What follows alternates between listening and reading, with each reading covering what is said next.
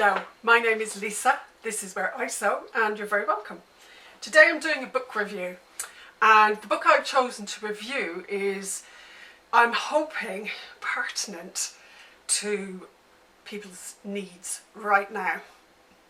I think that there may be two different groups of people coming to sewing right now. People who are returning.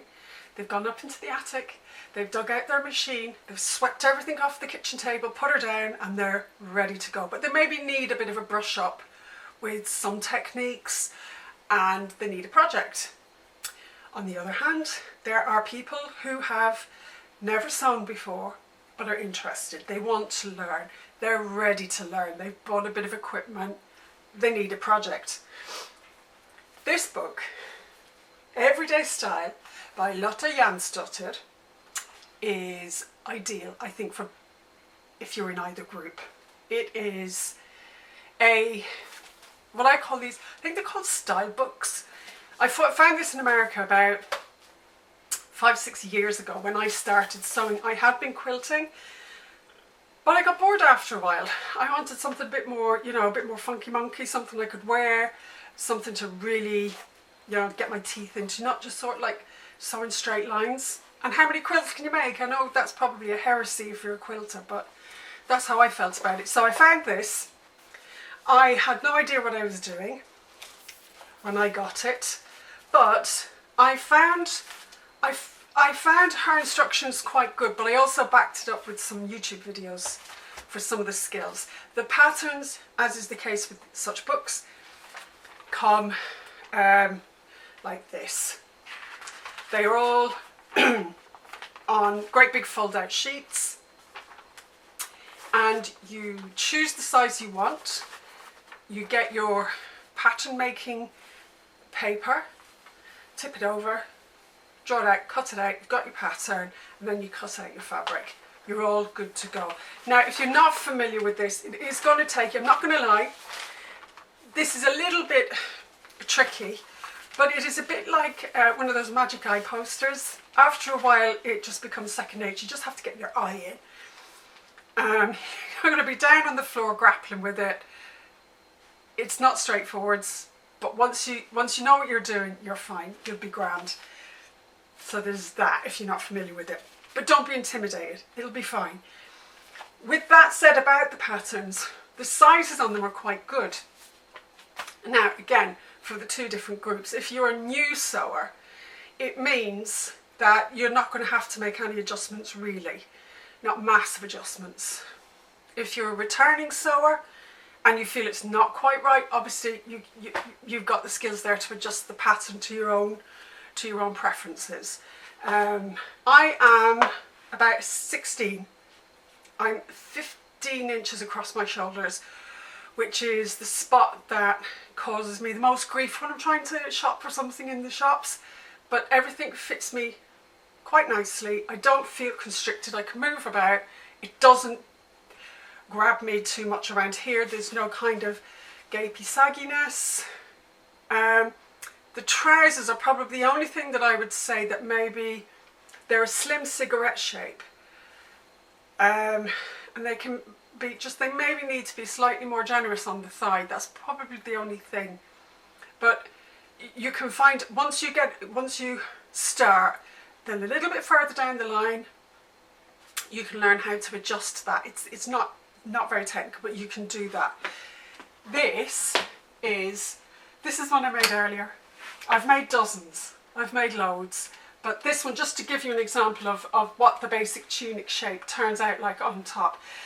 This one finishes sort of at the waist, but you can see it is quite straightforward. With a nice round collar, you've got really simple sort of 3/4 length sleeves. They finish bracelet length.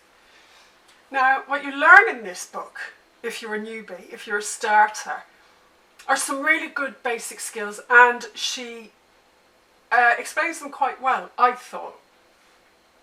I didn't get them the first time. You have to sit down, you have to read, you have to go back over. Again, back it up with YouTube videos. If you're like me, I'm a visual learner. I just learn so much better if somebody's actually doing it and I'm watching it. You can rewind it and it works better for me. But to that extent, so all the tunics have these darts at the bust, a round collar that's been turned over and there's some interfacing in it, and setting a sleeve into the armhole. So some good basic skills that you can build on. You're not going to be doing this overnight, okay? There's no magic way. Blood, sweat and tears, people. But it's so worth it. It's so worth it.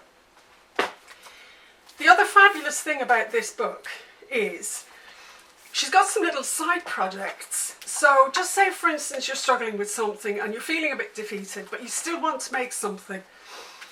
There's all sorts of bits and pieces, like some bracelets and bags, and this scarf, for instance. It's basically sort of several different bits of fabric. There's sort of odds and ends of fabric that I had knocking around, sort of cobbled together. And then, on a whim, I got some calico and I just drew with an old paintbrush, a dry paintbrush, and with the paint being quite dry, just sort of dragged it along to make these marks. And yeah, it was very snazzy. Like a lot of things in my life, it's not finished, but there you go. This book is also very much a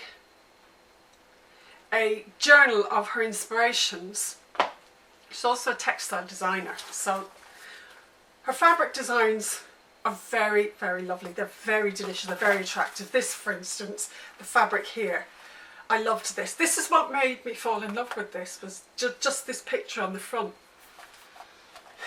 And things like bracelets to make, this scarf, a bag, little bits and pieces. I think there's gloves and a hat or something. But yeah, so if you're feeling frustrated, you can take it back a step, make yourself something else, so it's still keeping you motivated. And then when you finish something, you feel, I can do that again. So it's just to keep at it, perseverance. Her fabrics, you can buy online. Now they're not cheap. Not cheap. Maybe £18 metre or something like that. Haven't looked for a while, but they're in and around that kind of a category. So she discontinues them quite quickly as well. So I haven't looked for an updated. I don't know if she's done a spring collection or anything this year, but yeah, very lovely, very unique. This is not something you're going to find anywhere on the high street. It's elegant. It's chic. It's forever, you know. And if you use lots of different fabric types, like this is a crepe de chine, so this is nice for the winter. I like black linen, white linen. I made this in white linen for one summer holiday. I just lived in it. I've also made this tunic, like a mid-length finish, in black linen for the winter, layered over different things. So it's endless. It's very satisfying. It is some hard work, but let's face it, we're not going anywhere at the moment, are we? We could be at this for a while. And yeah, it's just so fascinating. It'll definitely keep the boredom at bay, and at the end of the day you'll feel very, very satisfied that you've achieved something. Anyway, that's Lotta. Go out and buy it. Give me a like, subscribe, let me know what you think. Come back and tell me if you've bought it, if you've used it. One other tip, if you are just starting with any patterns, even the other light paper patterns, make a toile, make a muslin. Have a practice run. If you've got some old cotton sheets somewhere in the house knocking around that nobody needs, use them, chop them up, make all your mistakes on that, and then when you come to cut into your lovely expensive fabric, you'll know what you're doing and you'll feel confident and you'll have made all your mistakes by then.